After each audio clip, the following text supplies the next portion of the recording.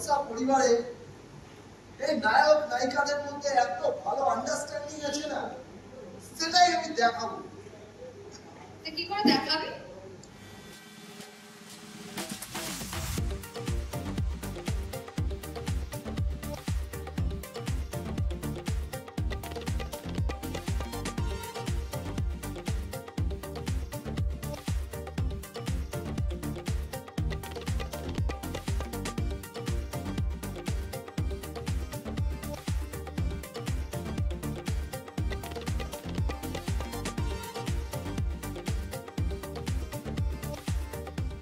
Bullet সরজির সঙ্গে আজকে আমাদের কথা পরিবারের একটা কম্পিটিশন হচ্ছে।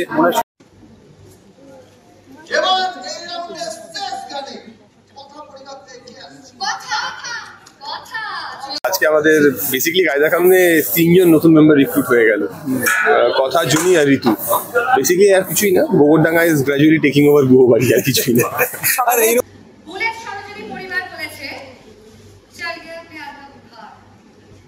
কথা পরিবার বলেছে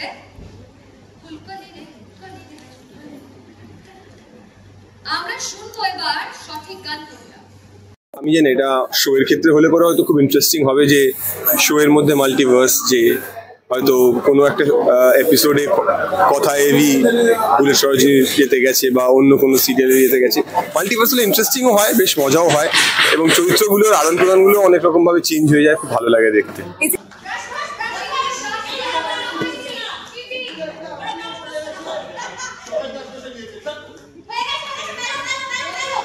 খুব এনজয় করছি, কারণ আমাদের না নিজেদেরকে এনজয় করাটা খুবই দরকার, এবং সেটা আমি রোহানও আছে, রোহানও এনজয় করছে, আমিও এনজয় করছি, আর যারা খেলছে তারা আমাদের থেকেও বেশি এনজয় করছে। থার্ড রাউন্ডে যা খুশি তাই হতে পারে, তাই হচ্ছে, এবং থার্ড রাউন্ডেই মেন খেলাটা ঘুরে যাচ্ছে।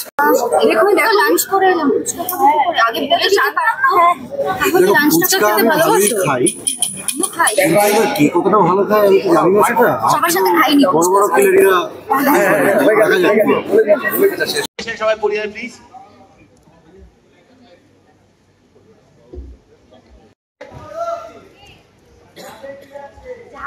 Stand by, 5 position. ভালো ভালো ভালো। এটা আমি সেকেন্ড টাইম এই রবিবার সঙ্গে জলসা পরিবার, আর ভাসান বাপি এটা আমি 4 নম্বর বার করছি। তো ঐন্দ্রিলা প্রথমবার, ওর সাথে আমি সঞ্চালনা করছি। আমার ভীষণ ভালো লাগছে, ভীষণ ভালো মানুষ, তার সাথে খুব ভালোভাবে অভিনয় করছে এখানে, মানে অ্যাঙ্কারিং করছে, সঞ্চালিকার দায়িত্ব সামলাচ্ছে। আমার খুব ভালো লাগছে, খুব মজা হচ্ছে ওর সাথে কাজ করে। আর ঐন্দ্রিলা আসাতে আমার মনে হচ্ছে ছোটাতে একটা আলাদা গ্ল্যামার যোগ হয়েছে। জলসা পরিবার তো আমার নিজেরই পরিবার, আমি এত বছর ধরে জলসার সাথে আছি, তো আপ্যায়ন সবসময় ভালো পাই। আর জলসা পরিবার খুব ভালোবাসা দেয় আমাকে, আর ভাসান বাপি চরিত্রটা এত ভালোবাসা পেয়েছে, তাই বারবার ফিরে আসে। এটাই প্রমাণ না যে বারবার ভাসান বাপি। শুরু করছি আমাদের সেকেন্ড রাউন্ড, গান স্টার্ট ফায়ার।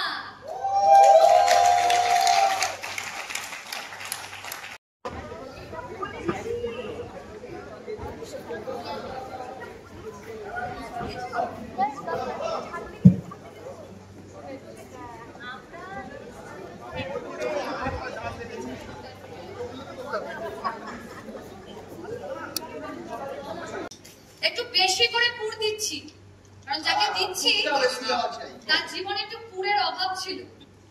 ভর পুর দিলাম, একটু খাইয়ে দেবে নাকি এভি কথাকে? এটা আমরা আগের বছরও খেলেছিলাম, রবিবার সঙ্গে জলসা পরিবার। গতবার আমরা উইনার হয়েছিলাম, এবছর এখনো খেলা চলছে আমাদের। হ্যাঁ, তো যেটা হচ্ছে যে আমরা খুব মজা করছি, মানে অ্যাকচুয়ালি কিন্তু শুটিং, গেম শোর থেকে বড় কথা এটা কিন্তু শুটিং, কিন্তু শুটিং এর মধ্যেও মজা, মানে এটাতে আর ওই চিন্তা নেই যে চরিত্রের মধ্যে থেকে পুরো ব্যাপারটা করতে হবে। এইবার যে যার মতো যে যেরকম আর কি, এবং সবটাই খুব, মানে সবটাতেই সারপ্রাইজ রয়েছে। আমরা জানি না যে এরপরে কি খেলা আসতে চলেছে আমাদের কাছে, তো সেটাতে আমরা সবাই খুব মজা করছি আর কি। আর একটা গোবরের ট্রফি পেয়েছি, সবাই বলা হচ্ছে যে ওটা তোমাদের লাকি চার্ম।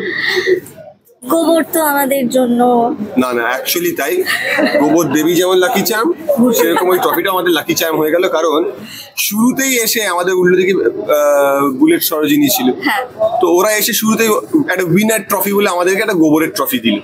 তো আমরাও বললাম, সেটা খুব পজিটিভলি নিলাম আমরা বললাম যে শুরুতেই তোমরা আমাদেরকে উইনার ঘোষিত করে দিচ্ছ, তাহলে তোমরা জিতবে কি করে?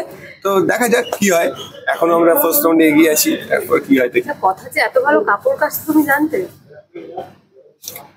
না আমি কি করে জানবো, কারণ শুটিং এ তো সেরকম প্রয়োজন পড়ে না যে একটা জামা কাপড় কেচে দিতে হবে, এরকম খুব দরকার পড়ে না শুটিং এ।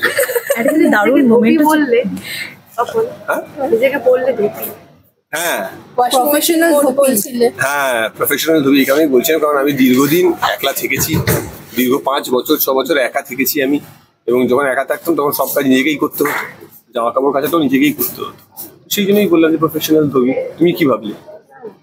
ও আচ্ছা, তুই বলে অন্য কোনো প্রফেশনে চলে যাচ্ছে? বলো, আমি দেখলেন আজকে কি সুন্দর কাপড় কাচলাম, আমি ওরকমই কাপড় কাচি। আজকে ছুটে কাপড় মিলতে গিয়ে একটু কিন্তু হচ্ছিল প্রবলেম, একটু ডিসব্যালেন্স হয়ে গেছিল, সেটা কোনো বড় ব্যাপার না, জীবনের পথে চলতে চলতে এরকম আবার সামলে নিয়েছি, ডিসব্যালেন্স হয়ে যাবে, আবার সামনে আবার এগিয়ে গেছি। আচ্ছা কথা কি জানি যে এবি এত ভালো কাপড় মিলতে পারে? অসাধারণ কাপড়। এইরকম ট্যালেন্টের কথা আমরা সাধারণত বলি না, জানো তো, খুব ভালো কাপড় মিলতে পারি, কাপড় মিলতে পারাটা যদি একটা ট্যালেন্ট হয় তাহলে সবাই ট্যালেন্ট। খাওয়ানোটা কিন্তু ট্যালেন্ট, ওই মিষ্টি করে